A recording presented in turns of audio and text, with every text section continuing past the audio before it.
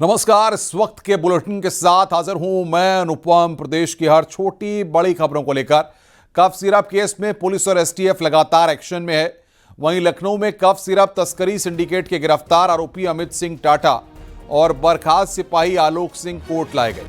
Court परिसर में अमित सिंह टाटा और आलोक सिंह को देखकर वकीलों ने नारेबाजी करते हुए आरोपियों को फांसी दो के नारे लगाए।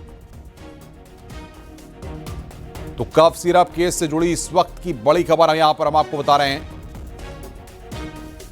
कफ सिरप तस्करी सिंडिकेट से जुड़ी इस वक्त की बड़ी खबर। अमित सिंह टाटा आलोक सिंह कोर्ट लाए गए हैं। आलोक सिंह पुलिस से बर्खास्त हो चुका है। दोनों को फांसी की सजा देने के लिए नारेबाजी की गई।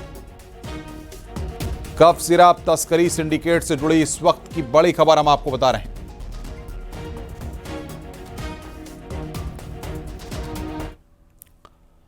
खबर आगरा से है। भीषण सड़क हादसा हुआ है। दो बाइकों की आमने सामने टक्कर हो गई। हादसे में एक युवक की मौके पर ही दर्दनाक मौत हो गई, जबकि दूसरा युवक गंभीर रूप से घायल हुआ।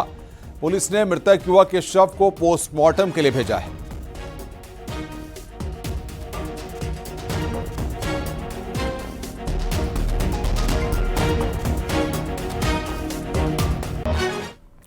खबर हरदोई से है, जहां पर अज्ञात वाहन ने दो बाइक सवार को टक्कर मार दी। हादसे में दो युवकों की मौके पर दर्दनाक मौत हो गई।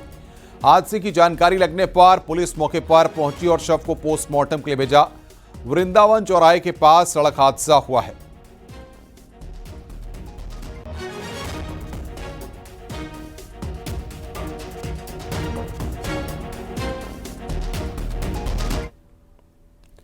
इटावा में कानपुर हाईवे पर बाइक सवारों का स्टंटबाजी का वीडियो वायरल हुआ। छात्रों ने बाइक की नंबर प्लेट को गायब कर यह वीडियो बनाया है ताकि पुलिस की पकड़ में ना आ सकें। वीडियो वायरल होने के बाद पुलिस अब स्टंटबाजों की तलाश में लगी है।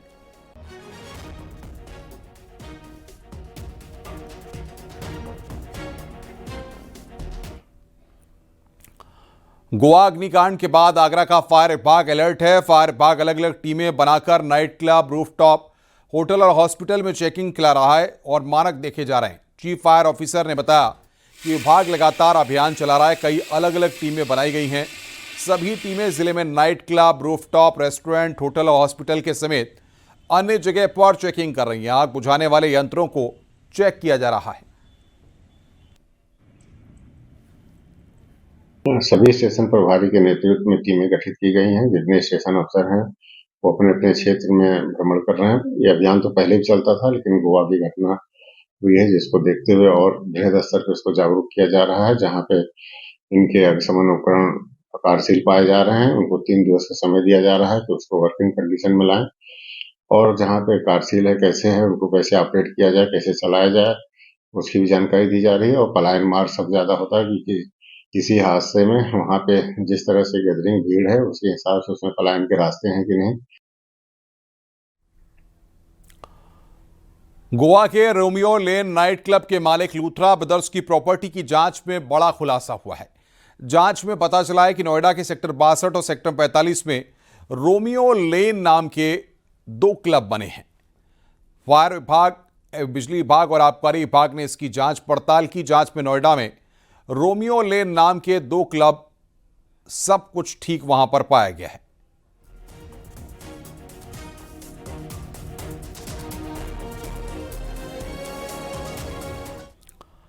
हमीरपुर में महिला के साथ अभद्रता करना एक युवक को भारी पड़ गया। महिला के परिजनों ने युवक की जमकर पिटाई की। घटना का वीडियो सोशल मीडिया पर तेजी के साथ वायरल हो रहा है। हमीरपुर सदर कोतवाली क्षेत्र के कजियाना बारातशाला के पास की घटना है। वीडियो वायरल होने के बाद पुलिस पूरे मामले की जांच पड़ताल में जुटी हुई है।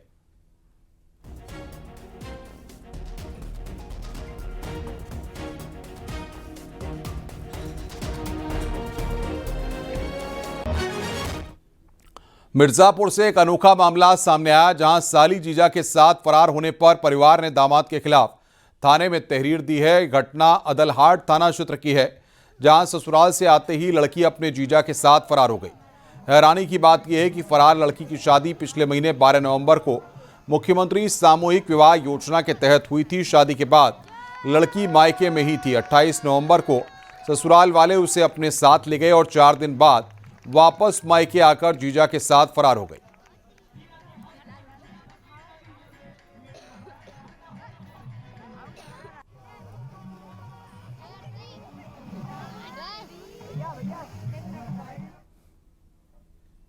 मामला हमारा यह है कि हमारा बहन थी छोटी और उसका मैं क्या नाम था उसका? उसका दिव्या कुमारी उर्फ नीतू, जो कि हमारे बहनोई तरकापुर मिर्ज़ापुर पुलिस लाइन फील्ड के पास उनका घर है, वहाँ के रहने वाले हैं। हमारे बहन को क्या नाम है उनका? उनका शिवशंकर नाम है। पिताजी? उनके पिताजी का स्वर्गीय बच्चेलाल हमारे बहन को बहला फुसला कर और घर से बुलाकर उसके रकम पताई 1 लाख रुपए लेकर फरार हो गए। हरियाणा के गुरुग्राम में एक तेज रफ्तार थार ने सड़क पर चल रही एक दूसरी गाड़ी को जोरदार टक्कर मार दी। टक्कर इतनी जबरदस्त थी कि दूसरी गाड़ी सीधा पलट गई। यह घटना गुरुग्राम में घामड़ोस टोल प्लाजा के पास हुई है। एक हादसे का एक वीडियो भी सामने आया जिसमें दिखाई दिया कि पहले तो थार ने दूसरी गाड़ी को टक्कर मारी, फिर मदद के लिए रुकने के बजाय वहां से भाग निकला, जिसके रोकने की टोल कर्मियों ने पूरी कोशिश की, लेकिन ड्राइवर ने थार को उल्टी दिशा में दौड़ा दिया। वो टोल प्लाजा पर जाने के बजाय उसी रास्ते पर भाग गया जहां से आया था। हालांकि पुलिस ने थार चला रहे भरत नाम के आरोपी को गिरफ्तार कर लिया और उसकी गाड़ी भी जब्त कर ली।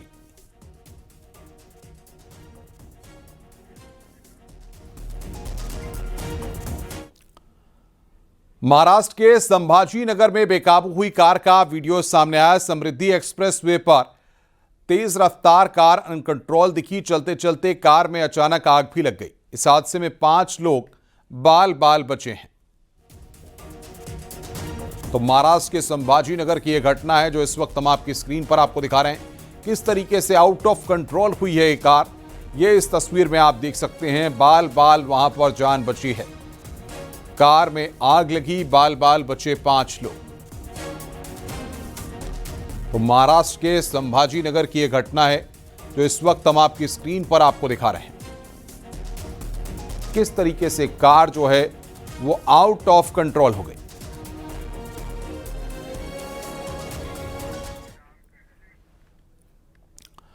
मुजफ्फरनगर में एक शख्स को वीडियो बनाकर सोशल मीडिया पर अपलोड करना महंगा पड़ गया।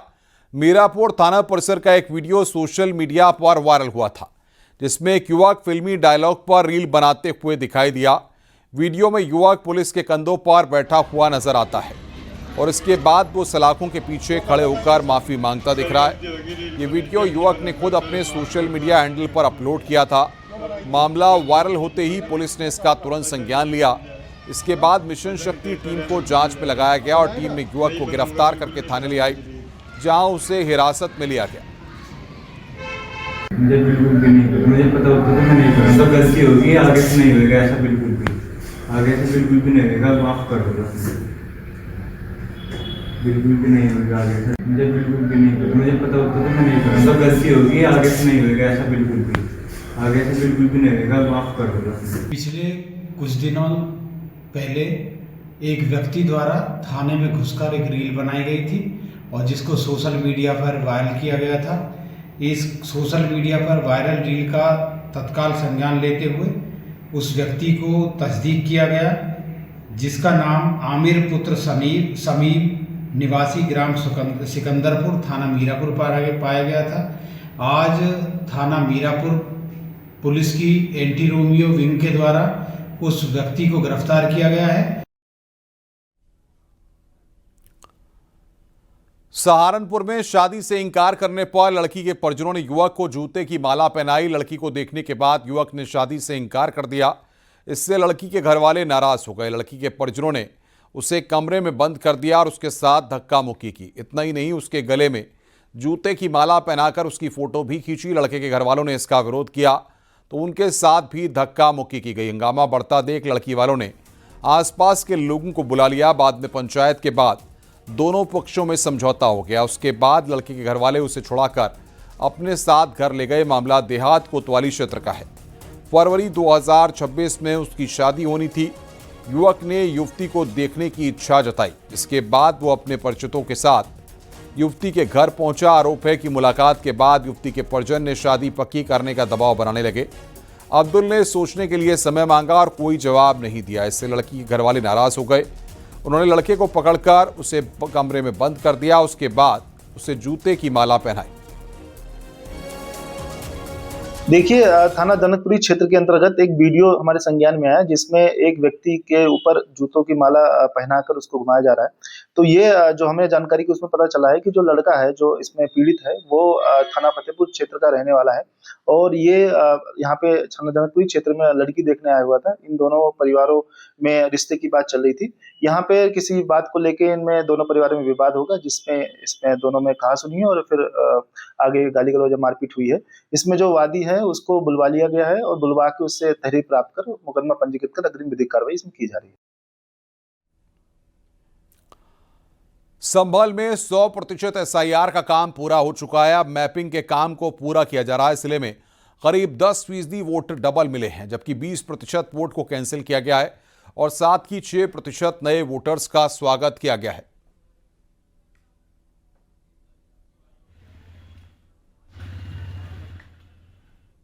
में हमारे कुल 15,70,306 वोट थे और कुल 4 हमारी कॉन्स्टिट्यूएंसी है और उन चारों में 100% डिजिटलाइजेशन का काम पूरा हो चुका है। अब मैपिंग की कार्रवाई हमारी चल रही है और दोबारा एक बार हमने सभी BLO से जितने भी ASD वोटर्स हैं और प्रोजेनी हैं उनको देखने के लिए बोला है और अंतिम रूप से जो हमारा कार्य है वो पूर्ण हो।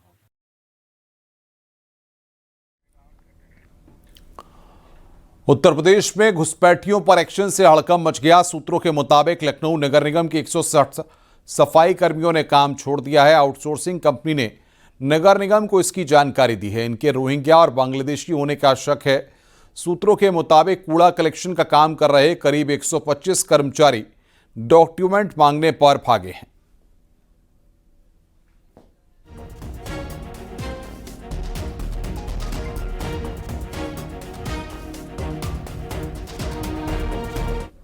दिन 18 नवंबर को मैंने जांच करी थी।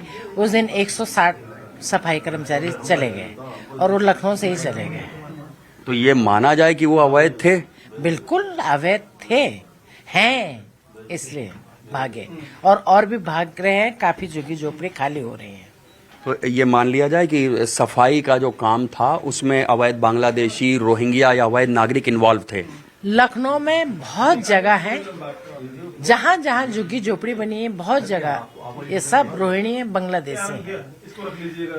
फर्जी तरीके से कागज इनके बनाए। जब कागज मांगे गए ओरिजिनल तो ये भाग लिए। और ATS ने लखनऊ नगर निगम समेत 17 नगर निगमों को पत्र लिखकर उनके यहाँ सफाई कर्मचारियों की एक लिस्ट तलब की है, क्योंकि अभी तक जो भी वेरिफिकेशन ड्राइव चलाई गई हैं उसमें कहीं ना कहीं इस बात का शक जताया जा रहा है कि नगरों में जो सफाई से जुड़े हुए कर्मचारी हैं वो अवैध रोहिंग्या या बांग्लादेशी हो सकते हैं। लिहाजा इस तरह की लिस्ट अब UP ATS ने भी तलब कर ली है। राजधानी लखनऊ में 8,000 से ज्यादा ऐसे कर्मचारी हैं जो सफाई से जुड़े हुए हैं।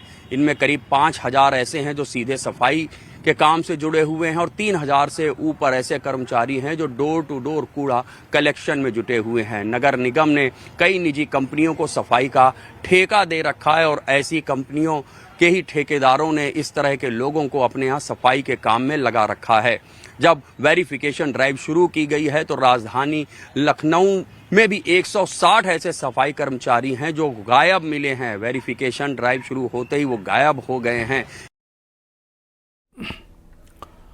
यूपी पुलिस ने घुसपैठियों की तलाश के लिए ऑपरेशन टॉर्च शुरू कर दिया है। शहर शहर झुग्गी बस्तियों से संदिग्धों की तलाश की जा रही है। मुजफ्फरनगर और वाराणसी से तस्वीरें सामने आई हैं, जहां अफसर घुसपैठियों की जांच पड़ताल के लिए खुद ग्राउंड जीरो पर उतरे और लोगों के दस्तावेजों की जांच कर रहे हैं। वाराणसी पुलिस ने ऑपरेशन टॉर्च की शुरुआत सपा नेता और मेयर प्रत्याशी रहे OP सिंह के हाथा में बसाई गई झुग्गियों से की है। तो ये दो तस्वीरें इस वक्त हम आपको दिखा रहे हैं, वाराणसी और मुजफ्फरनगर की दो तस्वीरें इस वक्त आप देख रहे हैं।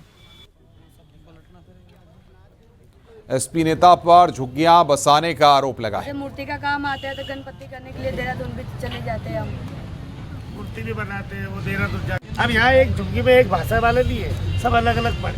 वाराणसी कमिश्नरेट में जो अवैध रूप से जो यहाँ वाराणसी में रह रहे हुए बांग्लादेशी रोहिंग्या और इन लोगों का वेरिफिकेशन और चेकिंग लगातार किया जा रहा है। उनका यहाँ रहने का क्या उद्देश्य से, किस उद्देश्य से यहाँ आए हैं, उसको इन लोगों को कौन यहाँ बसवाए, ये पूरा डॉक्यूमेंटेशंस के साथ साथ इनके पूछताछ से भी वेरीफाई किया जा रहा है। और साथ ही साथ सारे गवर्नमेंट आईडीज़ को भी कलेक्ट कर रहे हैं और इसे वेरीफाई कर रहे हैं कोई फर्जी आईडी वगैरह बना के तो नहीं रह रहे इधर। और अब तक की जानकारी में जितने भी आईडी कार्ड्स हमें प्राप्त हुए अधिकतर वेस्ट बंगाल बीरभूम डिस्ट्रिक्ट का ही आईडी कार्ड्स पाया गया। और अगर इसमें कोई इरेगुलरिटीज़ या कोई क्रिमिनलिटी पाए गए तो उनके विरुद्ध कठोर से कठोर कार्रवाई सुनिश्चित की जाएगी। जहां पर पुलिस का पूरा फोर्स आया है और यहाँ पर उनका आईडी कार्ड और तमाम जो वो रह रहे हैं, किस प्रकार रह रहे हैं, उनकी तलाशी की जा रही है। आप तस्वीरों में देख सकते हैं कि पुलिस यहाँ पर रोहिंग्या मुसलमान और जो बांग्लादेशी जो घुसपैठिए हैं उनका कागज पत्तर चेक कर रही है। उनका जो आधार कार्ड बना है, उनका जो पहचान पत्र बना है वो किस प्रकार बना है, उसका पूरा कैलकुलेशन जुटा रही है। और तमाम इन घरों में देखिए कि बाकायदा यहाँ पर पूरा जो सिस्टम है, पूरा इनके घर का जो रहन सहन है वो पूरा बना हुआ है। तस्वीरों में आप देख सकते हैं कि यहाँ बाकायदे पूरा इन्होंने झुग्गी झोपड़ियों के अंदर अपना घर बनाया हुआ है और तमाम यहाँ रहने के जो साधन है वो है। फिलहाल घर से कुछ लोग जरूर गायब नजर आ रहे हैं इस पुलिस के कार्रवाई के बाद, लेकिन कुछ जो बुजुर्ग लोग हैं, जो महिलाएं हैं वो नजर आ रही हैं। आज दूसरी तस्वीर देखिए तमाम लोग यहाँ दरवाजा बंद करके अंदर भागे हुए हैं या फिर बैठे हुए। कुछ महिलाएं यहाँ पर जरूर हैं जो काम कर रही हैं और तमाम बड़ा दूर तक ये बस्ती आपको हम दिखा रहे हैं, बड़ी दूर तक ये बस्ती है।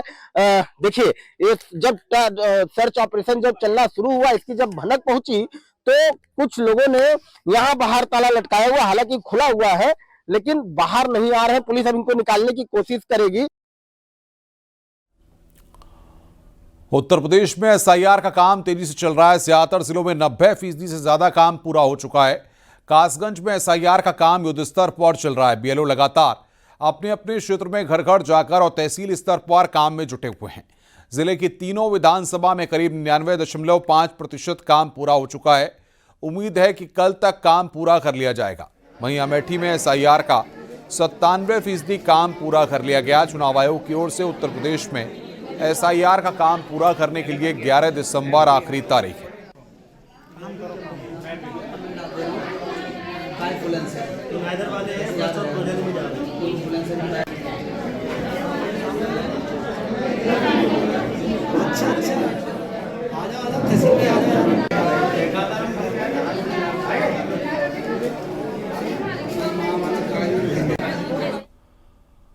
और सीधे आपको संसद लेकर चलते हैं जहां पर राहुल गांधी चर्चा कर रहे हैं। Come and see us. They make us wear the jacket because they want us to be embraced by the fabric. But Speaker Sir, these fabrics are beautiful. But if you look slightly deeper and you look closely at the fabric, you will find that each one of them has thousands of little threads embracing each other. A Kanchipuram sari might have a golden thread, but the golden thread means nothing without the green thread or the yellow thread near it. The other thing to notice about the sari or any other fabric is that all the threads are equal. No one thread is superior to another thread. They all come together. The threads cannot protect you. The threads cannot keep you warm. But when they come together as a fabric, they can keep you warm, they can protect you, they can express what you have in the heart. Speaker Sir, in the same way, our nation is also a fabric. It's a fabric made up of 1.4 billion people, and the fabric is woven together by the vote.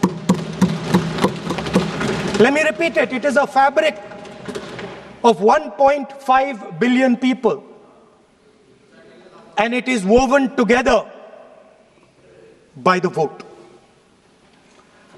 Everything that we see, in fact, this house where I'm standing today, the Lok Sabha, Rajya Sabha, Vidhan Sabhas across the country, Panchayats across the country, none of them would exist if the vote did not exist. We talk with great pride about HAL, BHEL, ONGC, Tejas, Chandrayaan. We have a list of things we say. Not one of those would exist without the vote.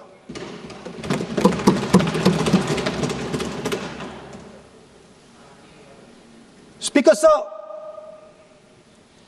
it is the idea that every thread, every person in the Union of India is equal that disturbs my friends in the RSS. They are happy to see the fabric, but they cannot stand the idea that every single person in the fabric of our country, regardless of what religion they come from, regardless of what community they come from, regardless of what language they speak, should be equal. Because they fundamentally do not believe in equality. They believe in a hierarchy, and they believe that they should be on top of that hierarchy. Speaker, sir, on the 30th of January, 1948, 3 bullets pierced the chest of Mahatma Gandhi. Nathuram Godse assassinated the father of our nation. Today, our friends do not embrace him. Today, our friends have pushed him away. He's an uncomfortable truth. But that's not where the project ended. You see, as I said, everything has emerged from the vote. All the institutions have emerged from the vote. So it's obvious that the RSS has to capture all the institutions that have emerged from the vote. So the project, after Gandhiji's assassination, the next step of the project was the wholesale capture of India's institutional framework.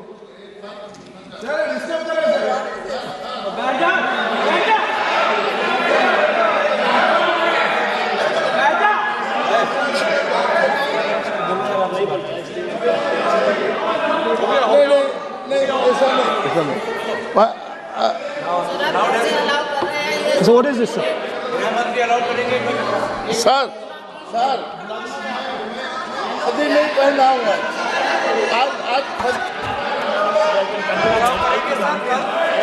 I'm doing, relax. मैं बुलाता हूँ please बैठिए So please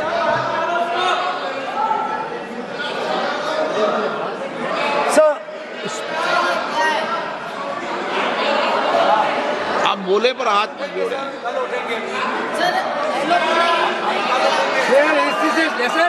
Sir, these are uncomfortable truths, but they have to be spoken.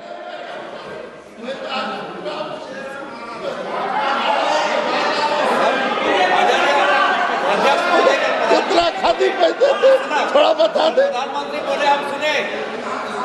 So these are uncomfortable truths, but they have to be spoken. My friends don't like the connections I'm making. They're disturbed by them. It's obvious. Speaker, sir, so after the father of the nation was assassinated, his vision of an equal India, of an India where institutions belong to the people, had to be destroyed. And so the process started, and the RSS attempted to capture one institution after the other. And I will give some examples so that it is crystal clear that this is the case. Everybody knows how vice chancellors are placed on top of Indian universities today. Every single person knows this. You go to any university, you speak to any youngster in India, he will tell you that it does not matter whether the professor has qualifications, it does not matter whether the professor has a scientific temperament. The only thing that matters is the professor belongs. माननीय सदस्य, एक minute, माननीय सदस्य, चुनाव सुधारों पर चर्चा हो रही है। सर ये मैं उसी पे कर रहा हूँ। आप किसी भी संगठन का नाम जो इस हाउस में उसका नाम ले। नो एलओपी है तो इसका मतलब ये नहीं है। एलओपी का मतलब नहीं, आप जनरल बात बोलो। आप राष्ट्रपति भाषण में बोलिए जनरल बात। सर हम लोग सुनना चाहते हैं। सर स्पीकर सर हम लोग सुनेंगे शांति से। हम लोग शांति से सुनना चाहते हैं और ये आप लोग सुनिए ना क्या कहना चाहते हैं। धमकी देंगे आप? हम लोग सुनने के लिए बैठा है।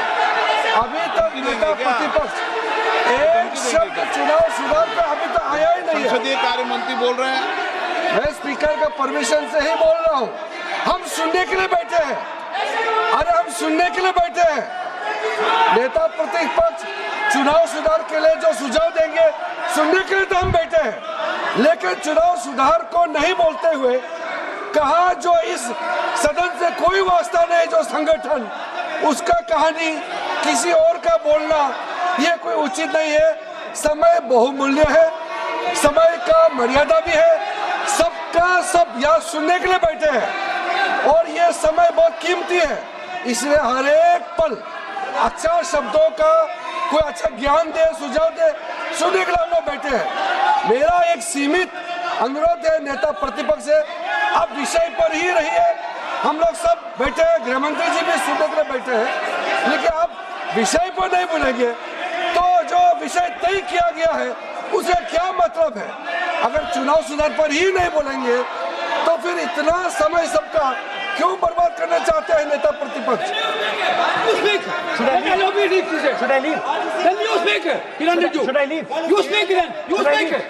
What is that? You are parliamentary affairs minister. You are a parliamentary affairs minister. You are disturbing the lobby. How can it be? You are a parliamentary affairs minister. You are disturbing the subject में नहीं आपका lobby.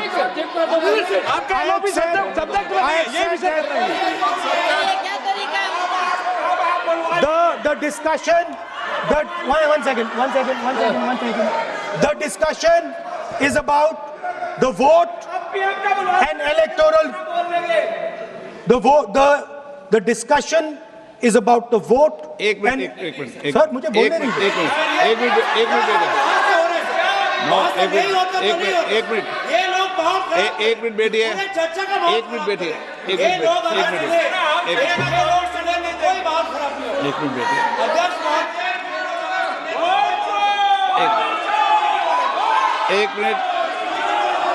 एक minute बैठिए।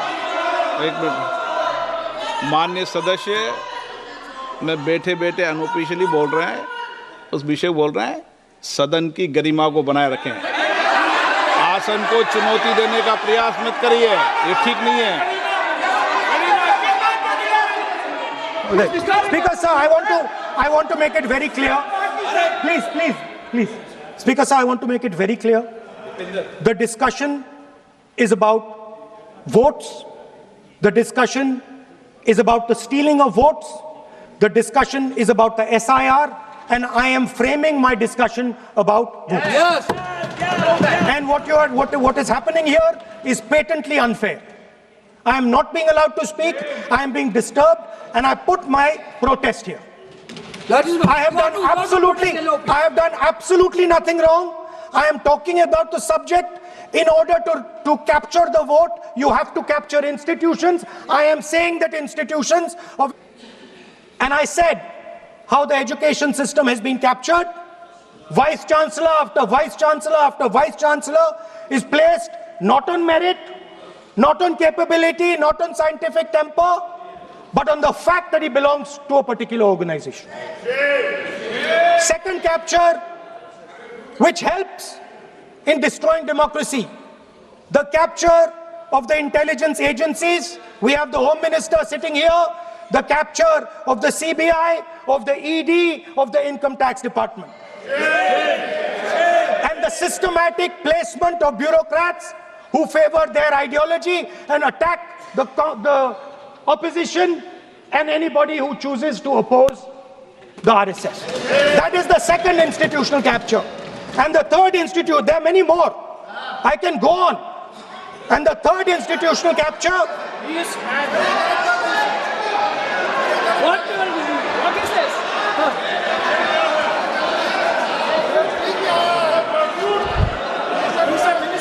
मानिए please मानिए.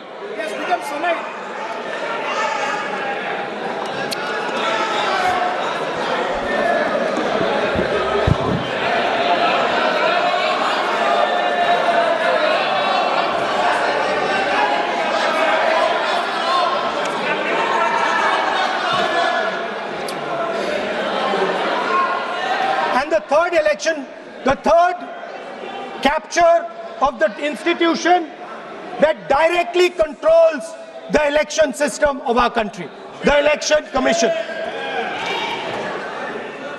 Now, I'm not saying this without proof. I have put forth adequate proof about how the Election Commission is colluding with those in power to shape the elections. But I want to ask 3 questions first, which will make it very clear that the BJP is directing and using the Election Commission to damage India's democracy. The first question, why is it that the CJI was removed from the selection panel of the Election Commissioner? What motivation could there be to remove the CJI? Do we not believe in the CJI? Of course we believe in the CJI. Why is he not in that room? I sit in that room. It is so-called a democratic decision. On one side, Prime Minister Narendra Modi and Mr. Amit Shah. On the other side, the leader of the opposition. I have no voice in that room. What they decide is what happens. So the first question, why is the Prime Minister and Amit Shah so keen on choosing exactly who the Election Commissioner is going to be? Second question, and even more devastating question. No Prime Minister has done this in the history of India. In December 2023, this government changed the law. They changed the law to make sure that no election commissioner could be punished for any action they take while they are election commissioner.